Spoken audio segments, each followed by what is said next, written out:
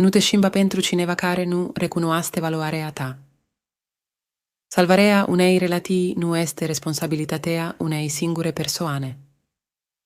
Prioritizează-te să ti accorzi timp. Când nu mai rămâne nimic de rupt, nimeni nu rămâne pe termen nelimitat.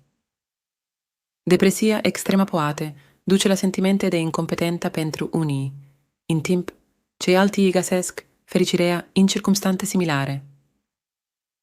Cei fortati depresiunea familiei pentru a încheia o relație poate lupta pentru a găsi din nu dragostea. Singura family care isi cunoaște definitiv descendenta este rara. În prezent, distinguerea adevărului de inselațiune în rândul oamenilor este extrem de dificilă. Nu sunt slab, am saturat de afecțiuni false. O picătură de sangue poate provoca durere, dar lacrimile pot rupe inima complet.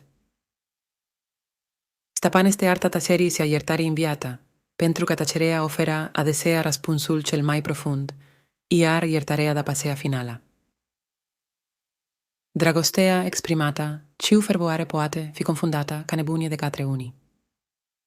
Dragostea falsă se prăbusește rapid ca o papusă de lut în cateva lovituri, în timp ce dragostea adevărată durează în ciuda numeroaselor încercări. E descurajant că nimeni nu mai înțelege.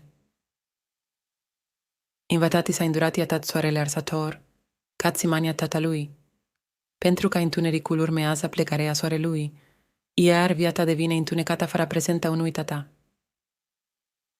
Cersi cei care promovează bunătatea se pot stradui să o incorporeze ei insisi uneori. Nu numai serpi, ci si anumiti indivizi sunt otraviti, ci toate acestea.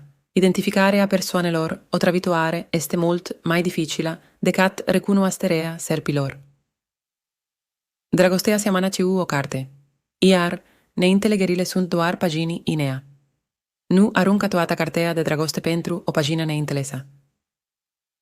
Chiar și în moarte, abțineți-vă de la a avea încredere în trei tipuri de oameni: zvonuri, mincinosi și bragarți. Fie bogat sau sărac, fericirea nu este garantată.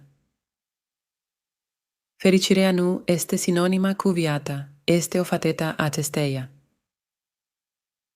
Cel mai strict judicator este adesea el însuși. În ciuda purității inimii, oamenii vor trece în mod inevitabil judecata. Deși viața poate continua după plecarea cuiva, absenta acelei persoane lasă un gol de neînlocuit. Cei pe care îi neglijați pot pleca într-o zi, deci aveți grijă să nu-i lăsați să alunece.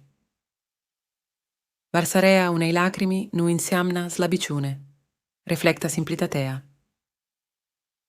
Amintiți-vă trei lecții de neprețuit.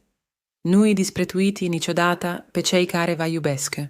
Fiți atenti la încrederea oarbă și recunoașteți că îngrijirea autentică nu este prea ocupată pentru dievoes. A fi tu însuți poate părea plăcut, dar poate fi și dificil. Este incredibil de provocator când alții nu înțeleg situația. Un biscuit scufundă în ce învață importanța de a nu se pierde complet în alta persoană.